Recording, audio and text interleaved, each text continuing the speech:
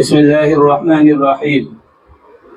اللہ تبارک و تعالیٰ نے ہمیں اور آپ کو جو دین عطا فرمایا ہے اس دین کا نام اسلام ہے، اور اسلام کی بنیاد 5 چیزوں پر رکھی گئی ہے۔ ان میں سے سب سے پہلے کلمہ طیبہ کا اقرار، یعنی اللہ تبارک و تعالیٰ کو ایک ماننا اور جناب محمد رسول اللہ صلی اللہ علیہ وسلم کو اللہ کا رسول تسلیم کرنا۔ کلمہ طیبہ کے اعلان اور اقرار کے بعد دوسری چیز جس پر اسلام کی بنیاد ہے وہ نماز ہے۔ نماز اپنی عظمت شان اور مقتضائے عقل و فطرت ہونے کے لحاظ سے اسلامی تمام عبادات میں امتیازی شان رکھتی ہے، اور اسی امتیازی شان کی وجہ سے اللہ تبارک و تعالیٰ نے نماز کو اپنے حبیب صلی اللہ علیہ وسلم کو اپنے پاس بلا کر، یعنی سفر معراج میں براہ راست عطا فرمایا۔ سیدنا حضرت جبریل امین علیہ السلام کا اس میں واسطہ نہیں رکھا، اور اسی امتیازی شان کی وجہ سے اللہ تبارک و تعالیٰ نے نماز کے ارکان، اس کے وقت کی تحدید، اس کے شرائط، اس کے فرائض، اس کے واجبات، اس کے آداب و مستحبات، ان تمام چیزوں کو بڑی اہمیت کے ساتھ ذکر فرمایا ہے، بیان کیا ہے۔ اسلام کے اندر جو اور دوسری عبادتیں ہیں ان کے اندر یہ شان آپ کو نظر نہیں آئے گی جو نماز کی شان آپ کو نظر آئے گی۔ انہی خصوصیات کی وجہ سے نماز کو عظیم ترین شعائر قرار دیا گیا۔ نماز کے اصل 3 عناصر یعنی 3 اجزاء ہیں۔ نمبر 1 دل اللہ تبارک و تعالیٰ کی عظمت و جلال سے معمور ہو۔ اللہ تبارک و تعالیٰ کی عظمت، اللہ تبارک و تعالیٰ کی ہیبت، اللہ کی محبت یہ دل کے اندر رچا بسا ہو۔ دل اللہ کی عظمت کے سامنے، اللہ تبارک و تعالیٰ کی جبروت اور جلال کے سامنے سرفکندہ ہو، سر تسلیم خم کیے ہوئے ہو۔ اور دوسرے یہ کہ اللہ تبارک و تعالیٰ کی عظمت و جلال اور اپنی عاجزی کو بہتر سے بہتر الفاظ میں بندہ ادا کرے، جن سے یہ بات ظاہر ہو کہ بندے کی بندگی یہ خالص اللہ تبارک و تعالیٰ کے لیے ہے، اور بندہ اپنی تمام ضرورتوں میں اللہ تبارک و تعالیٰ کا محتاج ہے، اللہ ہی کی مدد چاہتا ہے، اللہ ہی کی نصرت کا طلبگار ہے۔ تو تیسرا، جسم کے باقی اعضاء یہ اللہ تبارک و تعالیٰ کی عظمت و جلال اور اپنی عاجزی کے اظہار کے لیے بندہ استعمال کرے، جیسے رکوع ہے، سجود ہے، قیام ہے۔ یہ مختلف جو حالتیں ہیں نماز کے اندر، ان سے بندے کا مقصود یہ ہوتا ہے کہ اللہ کی عظمت کے سامنے ہم سر تسلیم خم ہیں، ہم عاجز ہیں، ہم فقیر ہیں، ہم ہر چیز میں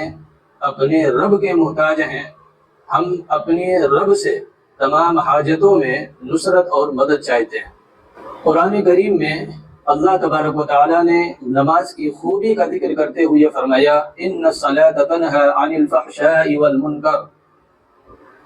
خلاصہ یہ ہے کہ نمازی آدمی کا ضمیر زندہ رہتا ہے، نمازی آدمی کا ضمیر مردہ نہیں ہوتا، وہ بے ضمیر نہیں ہوتا۔ خدا نخواستہ اگر وہ کسی برائی میں مبتلا ہے تو اس کا ضمیر اس کو جھنجھوڑتا رہتا ہے، اور وہ جلد یا بدیر نماز کی برکت سے نمازی اس گناہ سے نکل جاتا ہے، اس گناہ کو چھوڑ دیتا ہے۔ اسی لیے جو خدا پرست ہیں، جو اللہ والے ہیں، ان کے یہاں نفس کے تزکیے اور تربیت کے لیے نماز سے زیادہ مفید، نماز سے زیادہ فائدہ مند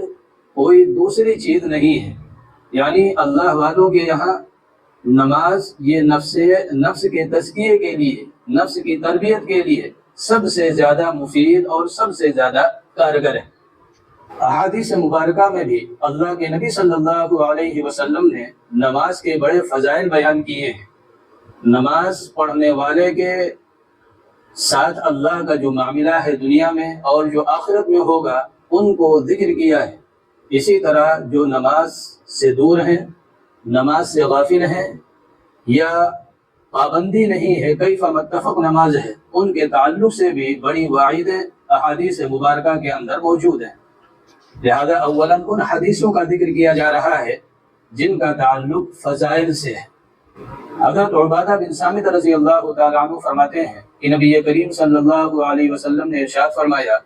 اللہ تبارک و تعالیٰ نے 5 وقت کی نمازیں فرض کی ہیں، جس نے ان کے لیے اچھی طرح وضو کیا، پھر رکوع اور سجود جیسا کرنا چاہیے اس طرح رکوع اور سجود کے ساتھ نماز پڑھا، خشوع اور خضوع کے ساتھ بھی نماز کو متصف رکھا، تو ایسے شخص کے لیے اللہ تبارک و تعالیٰ کا یہ وعدہ ہے کہ اسے جنت میں داخل کرے گا۔ دوسری حدیث کہ حضرت ابو ذر رضی اللہ تعالیٰ عنہ فرماتے ہیں کہ ایک دن سردی کے ایام میں آپ صلی اللہ علیہ وسلم باہر تشریف لائے، درختوں سے پتے گر رہے تھے۔ آپ صلی اللہ علیہ وسلم نے ایک درخت کی ٹہنی پکڑی اور اس کو ہلایا، بڑی تیزی کے ساتھ اس درخت کے پتے گرنے لگے۔ اس کے بعد آپ صلی اللہ علیہ وسلم نے حضرت ابو ذر غفاری رضی اللہ تعالیٰ عنہ کی طرف متوجہ ہو کر فرمانے لگے کہ ابو ذر، جب کوئی بندہ نماز پڑھتا ہے تو اس کے گناہ اسی طرح جھڑتے ہیں جس طرح درخت سے یہ پتے جھڑ رہے ہیں۔ تیسری حدیث حضرت عثمان غنی رضی اللہ تعالیٰ عنہ فرماتے ہیں کہ آپ صلی اللہ علیہ وسلم نے فرمایا، جو شخص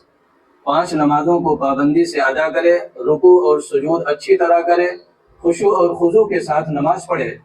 تو یہ نماز اس کے لیے گناہوں کا کفارہ بن جاتی ہے، اور یہ برکت ہمیشہ اسے حاصل ہوتی رہتی ہے جب تک وہ کسی کبیرہ گناہ کا مرتکب نہ ہو۔